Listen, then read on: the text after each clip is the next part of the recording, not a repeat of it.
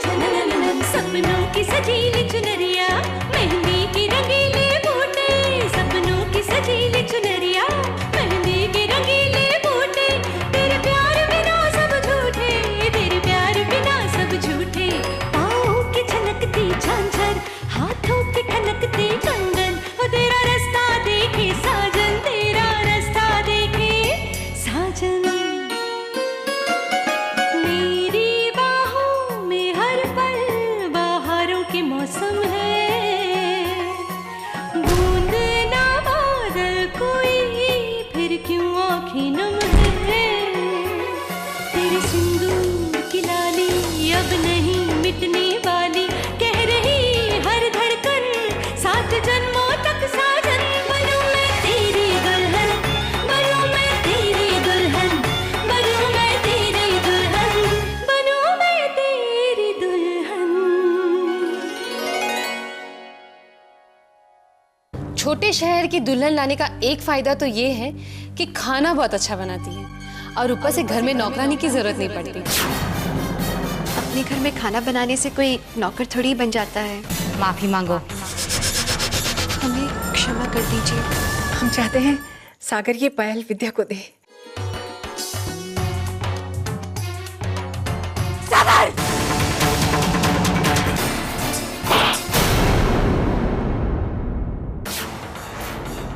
दर्द हो रहा है। सागर, अपने कमरे में जाओ। सुना नहीं तुमने मैंने क्या कहा? अपने कमरे में जाओ।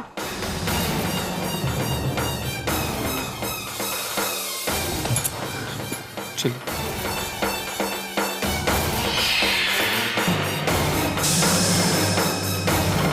चीनू, विद्या ने मेरा थप्पड़ क्यों खाया?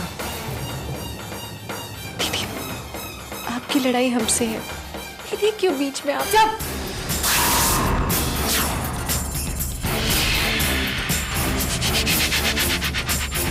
अच्छा ड्रामा कर लिया पतिव्रता का तुमने,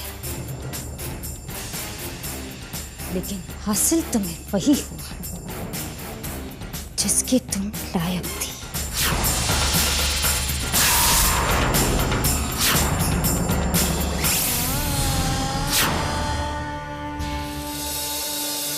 आज तुमने वो कर दिखाया दुल्हन, जिसे करने की हिम्मत हम कभी न कर पाए। आज तुमने सिंदूरा के सामने सागर का साथ दिया है। तुझे इस घर की दुल्हन बना के लाए थे हम, ताकि तुझे खुशियां ही खुशियां दे पाए, लेकिन यहाँ सिर्फ तुझे दुख और जिल्लत की सोच। कुछ नहीं माँ, आप और चीनू भैया भी तो हमें इसी घर में मिले हैं, और हमारे इस घर में आने से हमारी माँ को जो खुशी मिली है,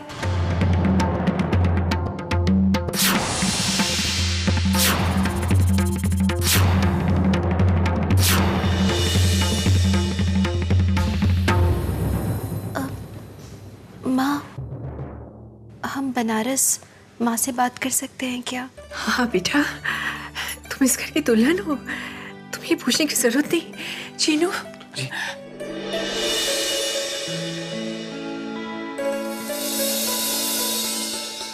लग गया। हेलो जी जी, हमारी माँ को कौशल्या जी को आप बुला दीजिए। दिखाई नहीं दिए हैं कई दिनों से। पिछले बार फोन करके गई थी और अब तक 40 रुपए भी नहीं दिए हैं हमारे। क्या?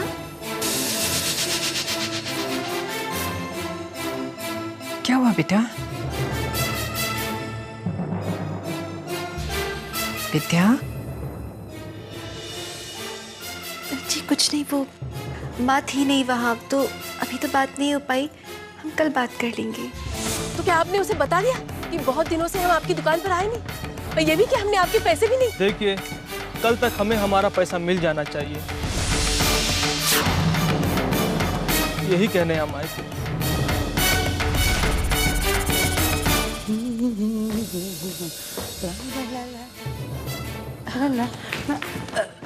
हेमा, वो ना आज बाजार में गए थे ना, सब्जी बहुत सस्ती थी, पता है पूरे 10 रुपए बचा लिए हमने। अच्छा, तो क्या करे? खुशियां मनाएं। सीधे बात पर उतर आइए। वो हेमा, कुछ पैसों की जरूरत थी। विद्या के साथ बात करना चाहते हैं फोन करके। यहाँ के बारे में कुछ नहीं बताएंगे हम। क्या नहीं बताएंगी?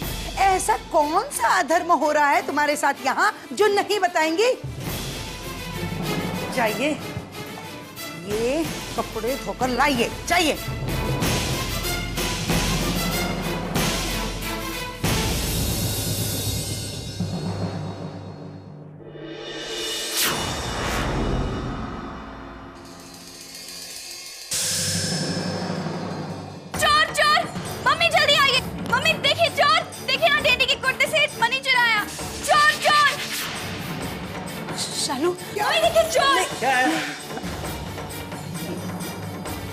लो, आ गई ना औकात पर। हेमा, ये पैसे हमने चुराए नहीं है। अच्छा, तो ये पैसे उड़कर चले आए क्या आपके हाथों में? ऐसी चुपोगी और झूठ भी बोलोगी? निकलो यहाँ से। हेमा, निकल जाओ। हेमा, निकल जाओ, निकलो।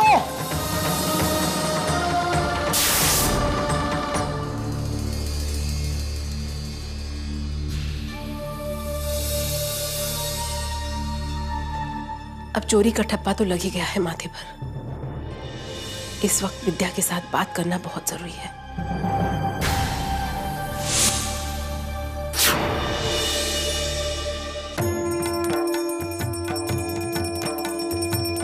हाँ जी, हाँ।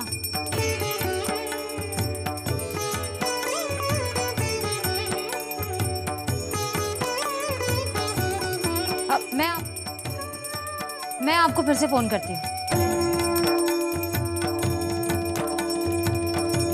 क्या बकवास है ये? कौन शोर मचा रहा है? वो ये विद्या की आरती फिर से भी शुरू हो गई।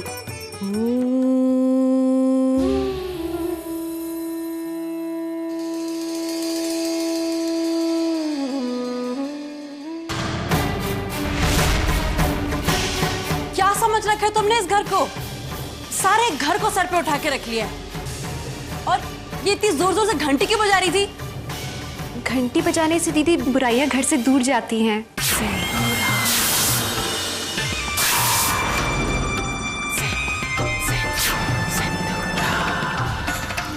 सुना सागर,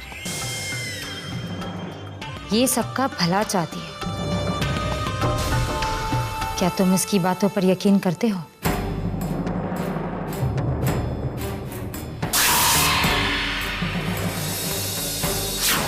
सागर, फोन।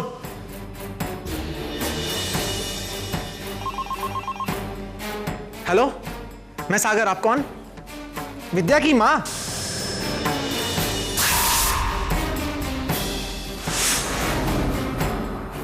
जमाई बाबू? जमाई बाबू? वो क्या होता है? मैं सागर हूं, सागर प्रताप सिंह। जमाई बाबू, आप कैसे हैं? मैं ठीक हूँ। और विद्या कैसी है? विद्या विद्या को बहुत डांट पड़ी। दी ने उसे थप्पड़ भी मारा। फटाश। थप्पड़? फोन हमें दीजिए। नहीं। दीजिए ना आप हमें फोन। जमाई बाबू? माँ? विद्या? विद्या, जमाई बाबू क्या बोल रहे हैं? क्या हो रहा है वहाँ? कुछ नहीं माँ, माँ वो तो बस मजाक कर रहे थे। हम ठीक है माँ। तू सच कह रही है ना विद्या? हाँ माँ। माँ हम तुमसे झूठ क्यों कहेंगे? बताओ, तुम तो हमें ये बताओ माँ, तुम कैसी हो? माँ चाची तुम्हारा ख्याल रखती है कि नहीं? वो भला क्यों कुछ कहने लगी हमें? यहाँ सब ठीक है, बस तेरी चिंता लगी रहती है।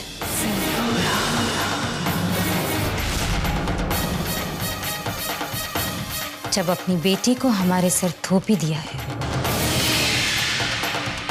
तो इतनी चिंता क्यों कर रही है? और अगर इतनी ही चिंता हो रही है तो ले क्यों नहीं जाते इसे यहाँ से?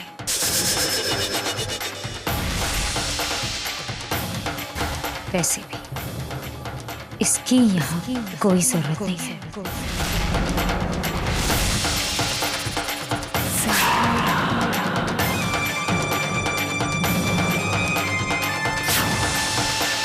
दीदी,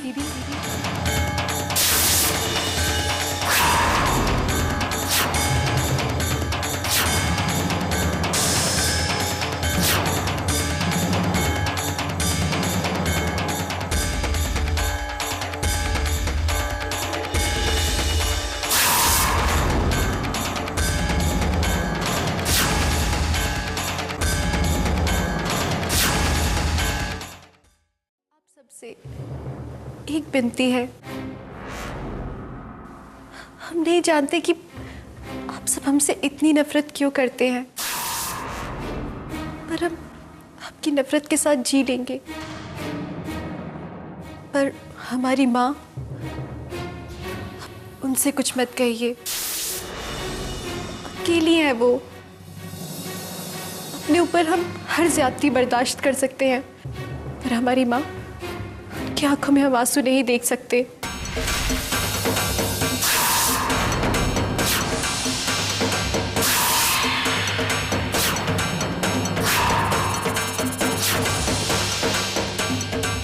सुन लड़की, सिंदूरा, एक बेटी अपनी माँ के लिए क्या महसूस करती है ये तुम तो अच्छी तरह से समझ सकती हो ना सिंदूरा, क्योंकि तुम इतने साल के बाद भी आज तक अपनी माँ के लिए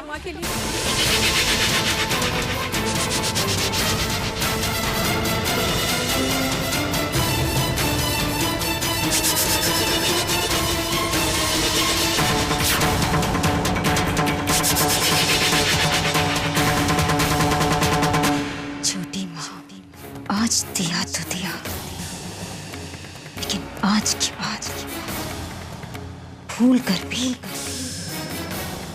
कभी मुझे मेरी माँ का वास्ता मत देना।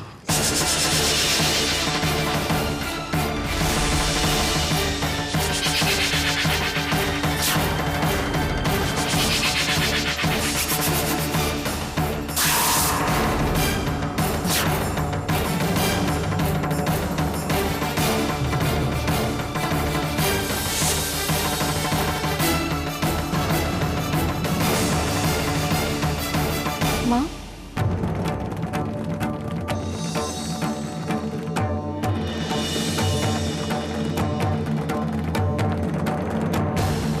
आज एक सच से तुम्हें वाकिफ कराई देते हैं विद्या।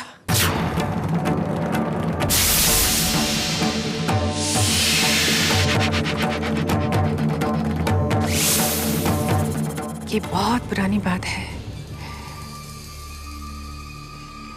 उस समय सिंदूरा ये शायद 13 या 14 साल की थी।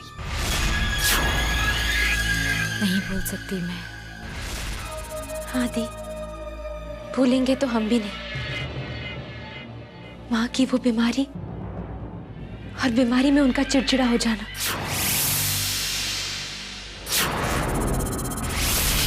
हर दिन के साथ बड़ी ठकुराइन अपना मानसिक संतुलन खोती जा रही थी, जैसे पागल सी हो गई।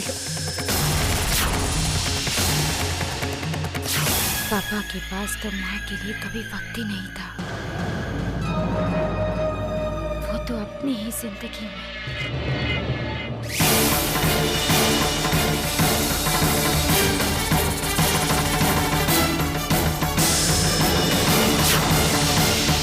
हम सब समझ ही नहीं पा रहे थे कि बड़ी ठकुराइन सिंदूरा के दिमाग में क्या बातें डालती जा रही। वो जब भी ठाकुर साहब के सामने जाती बस उन्हें इल्जाम लगाती रहती। ठाकुर साहब समझ ही नहीं पा रहे थे कि उनका पागलपन किस हद तक बढ़ चुका है। और फिर एक दिन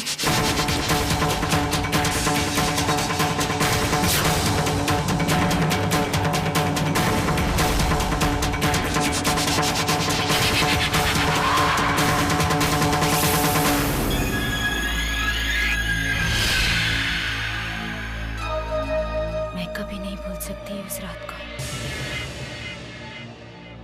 आखिर माँ अपने अकेलेपन का शिकार हो ही गई और मैं कुछ नहीं कर पाई उनके लिए, कुछ नहीं। कई साल वो उस मंजर को याद करते रहे, फिर उन्हें पता चला कि वो अपनी बेटी को क्या सीख देती रही। अपने पागलपन में वो उसे यही सिखाती रही कि उसके पापा ने उनके साथ नाइंसाफी की है। इस वजह से सिंदूरा के मन में सिर्फ नफरत ही नफरत पनपने लगी। माँ के गुजरते ही पापा ले आए इस औरत को हमारे घर। कहने को तो हमारी माँ की दूर की बहन, हमारी मासी। माँ के गुजरते ही कर ली पापा से शादी, मानो जैसे इंतजार कर रही थी मौके गुजरने का। प्रदीप, डॉक्टर सिन्हा ने कई बार कहा है कि माँ की दिमागी हालत सचमुच, उनकी हालत का जिम्मेदार और कोई नहीं था। डॉक्टर सिन्हा तो थे पापा के दोस्त, उन्होंने हर कदम पे पापा का साथ दिया। और ये झूठी माँ, अगर इस औरत ने पापा को फांस कर नहीं रखा होता तो माँ के गुजरते ही झट से पापा से शादी क्यों कर लेती? शादी ना तो मैं और ना ही ठाकुर साहब करना चाहते थे, लेकिन तीनों बेटियां बहुत छोटी थी उस वक्त, और ठाकुर साहब अपने काम के सिलसिले में अक्सर बाहर रहा करते थे। डॉक्टर सिन्हा ने सुझाव दिया कि हम शादी कर लें। बहुत सोच विचार के बाद हम शादी करने के लिए राजी हो गए। हाँ, हम खुश थे दोनों। बस सिंदूरा को हमेशा यही लगा कि हमने उसकी माँ की मौत का फायदा उठाया है, और उसने हमें कभी माफ नहीं किया। और मैं करूंगी भी नहीं। उस औरत को मैं कभी माफ नहीं करूंगी। शायद यही नफरत है जिसका बदला वो सागर से ले रही है। पहले हमें लगा कि बहन का प्यार है, लेकिन धीरे धीरे हमें समझ में आने लगा कि सिंदूरा का मकसद कुछ और ही था। उसने सागर को हमारी जिंदगी से हमेशा के लिए दूर कर दिया। हमारा अपना बेटा ही हमारे लिए अजनबी हो गया। अब सागर की जिंदगी में वही होगा जो मैं चाहूंगी। प्रदीप, विद्या का आना तो आपने नहीं चाहा था, पर अब तो विद्या आ गई। आई है तो चली भी जाएगी। जब तक दुर्ग का पत्ता मेरे हाथ में है, मुझे कोई नहीं हरा सकता। जब छोटी माँ अपने बेटे को हमसे नहीं जीत पाई, तो ये विद्या क्या चीज है?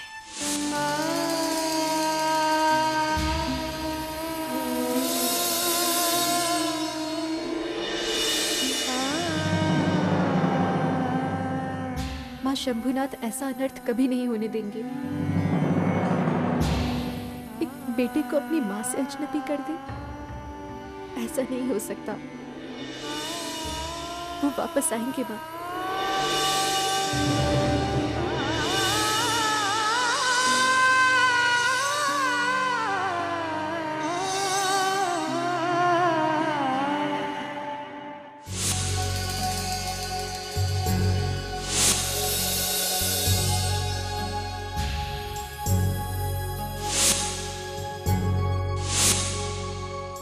ये आसमान हमें बनारस की याद दिला देता है।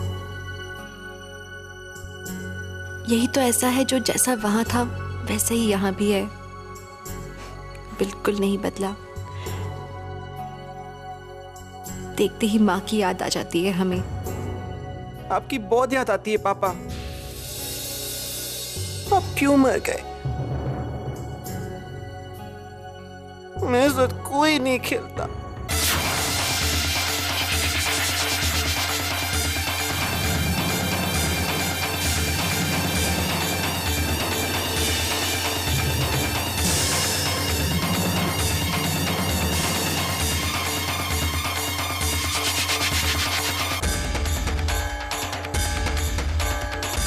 ईश्वर, आज विद्या की कही हर बात सच हो जाए, सागर विद्या के करीब आ जाए,